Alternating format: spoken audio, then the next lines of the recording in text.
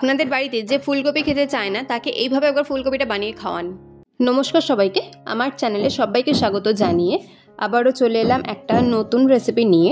সবাই মোটামুটি ফুলকপি খেতে খেতে বোর হয়ে গেছেন। ফুলকপি আলুর তরকারি, ফুলকপি চিংড়ি, ফুলকপি দিয়ে ডিমের ঝোল, মাছের ঝোল সবকিছু খেতে খেতে আর ফুলকপি খেতে ভালো লাগছে না, তাই তো? তাহলে বাড়িতে একবার এই রেসিপিটা বানিয়ে দেখুন। আমি গ্যারান্টি দিতে পারি যে এটা কিন্তু খেয়ে সবাই আপনার নাম করতে বাধ্য হবে। তাহলে চলুন রেসিপিটা ঝটপট শুরু করি। প্রথমেই কড়াই বসিয়েছি, কড়াইতে দিয়ে দিয়েছি বেশ কিছুটা জল। বেশ খানিকটা জল নিয়ে তাতে নুন দিয়ে দিলাম স্বাদ অনুযায়ী। এরপর জলটা ফুটে যাওয়া মানে গরম হয়ে যাওয়া পর্যন্ত অপেক্ষা করব আমরা। জলটা যখন গরম হয়ে যাবে তখন দিয়ে দেব ফুলকপি। তো ফুলকপিগুলোকে আমি ছোট ছোট করে টুকরো করে কেটে রেখেছি। ফুলকপিগুলো কিন্তু একই সাইজের কাটার চেষ্টা করবেন, তাতে খুব ভালো মতো সবটা ইকুয়ালি সেদ্ধ হবে। তো ফুলকপিগুলো দিয়ে দিলাম, দিয়ে মানে বেশিক্ষণ সেদ্ধ করব না, জাস্ট 2 মিনিট জলটা ফুটে যাওয়া পর্যন্ত আমরা অপেক্ষা করব।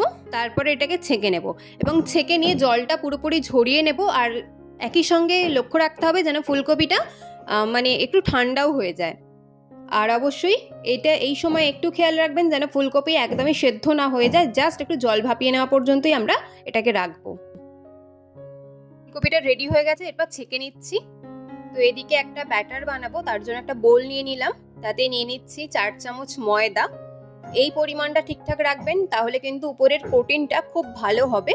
4 চামচ ময়দা আর সঙ্গে নেব 2 চামচ কর্নফ্লাওয়ার। তাহলে 4 চামচ ময়দা, 2 চামচ কর্নফ্লাওয়ার। যদি এটা 6 চামচ নেন তাহলে 3 চামচ কর্নফ্লাওয়ার নেবেন। তো হিসেব অনুযায়ী আপনারা বাড়িয়ে বা কমিয়ে নিতে পারেন। এবার স্বাদ অনুযায়ী নুন দিয়ে দিলাম। এরপর দেব কিছুটা গোলমরিচ, 1/2 চামচ মতো গোলমরিচ গুঁড়ো দিয়ে দিচ্ছি। এরপর কালারের জন্য দিয়ে দিলাম কাশ্মীরি রেড চিলি পাউডার। এরপর দিলাম 1/2 চামচ রসুন বাটা দিয়ে এরপর ভালো করে এটাকে মিক্সড করে নেব।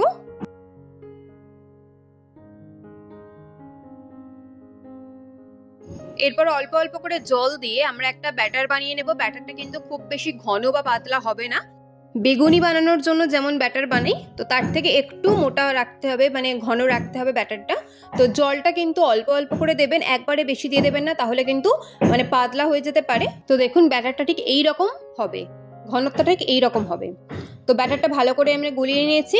এরপর এগুলোকে ফ্রাই করব, তার জন্য কড়াই বসিয়েছি, দিয়েছি সাদা তেল। তো শুধু সাদা তেলই আছে, সরষের তেলেতে নেই। সাদা তেল দিয়ে দিয়েছি। তেলটা গরম হয়ে গেলে একটা করে ফুলকপি নেব আর ওই ব্যাটারে ডিপ করে এটাকে ফ্রাই করব। তো এইভাবে সবগুলোকে ভেজে নেব। আর ফুলকপিগুলোকে ভাজার সময় ফ্লেমটাকে প্রথমের দিকে একটু মিডিয়ামে রাখবো, তারপর একটু হাই করে কালার এসে গেলে এগুলোকে নামিয়ে নেব।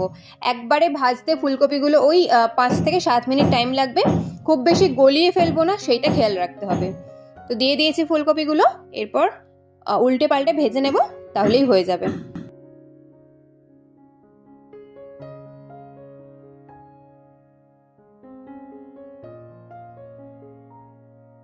ফুলকপি ভেজে নেওয়া হয়ে গেছে, এরপর আমরা তুলে নেব ফুলকপির পকোড়াগুলো।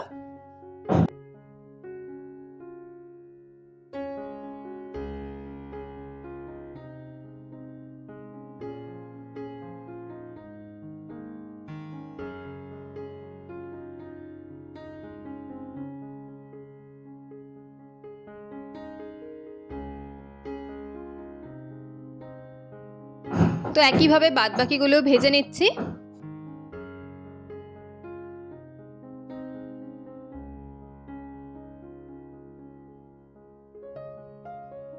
ফুলকপির পকোড়াগুলো ভেজে নেওয়া হয়ে গেছে। এরপর আর একটা অন্য কড়াই বসিয়েছি, তাতে দিয়ে দিচ্ছি বেশ কিছুটা সাদা তেল। তো যাতে ফুলকপির পকোড়াগুলো ভেজেছি সেই তেলে দিয়ে দিলাম 1 চামচ থেতো করে রাখা রসুন। দিয়ে এটাকে ফ্রাই করে নেব, একটু 30 সেকেন্ড মতো নাড়িয়ে চাড়িয়ে নেব। ফ্লেমটাকে অবশ্যই হাইতে রাখতে হবে, কারণ যে কোনো কিছু চাইনিজ বানানোর সময় অবশ্যই হাই ফ্লেমই করতে হবে। এরপর নিয়ে নিচ্ছি ক্যাপসিকাম আর পেঁয়াজগুলোকে মানে এক একটা করে পার্ট খুলে কেটে রেখেছি, আর ক্যাপসিকামগুলো ছোট ছোট করে কেটে রেখেছি। এরপর ওই রসুনের সাথে পেঁয়াজ আর ক্যাপসিকামটা দিয়ে 2 মিনিট মতো হাই ফ্লেমে নাড়িয়ে চাড়িয়ে নিতে হবে। যখন দেখব পেঁয়াজ আর ক্যাপসিকামটা একটু কালার চেঞ্জ হয়ে গেছে, দিয়ে দেব টমেটোটা কিন্তু আমি ভেতর থেকে বীজ বের করে ছোট করে কুচিয়ে রেখেছি।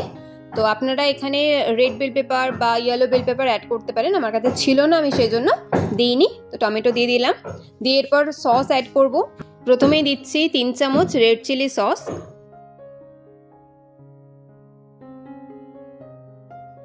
এরপর দিচ্ছি হাফ চামচ সোয়া সস।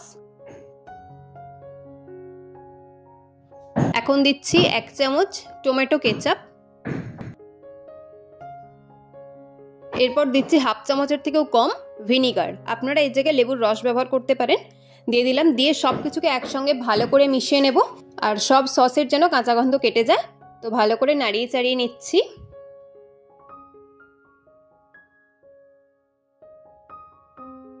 এরপর একটু ভালো কালারের জন্য দিয়ে দিচ্ছি হাফ চামচ কাশ্মীরি রেড চিলি পাউডার।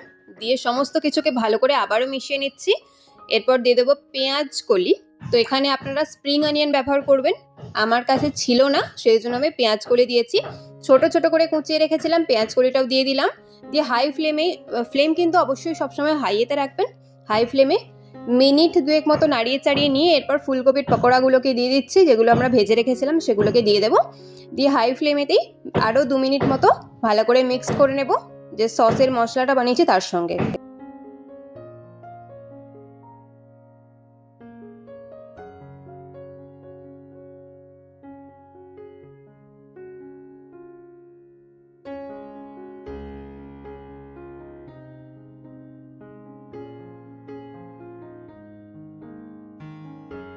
ভালো করে মিক্সড করে নিয়েছি। এরপর দিয়ে দিচ্ছি একটু নুন, নুনটা একটু কম ছিল তো নুনটা দিয়ে দিলাম।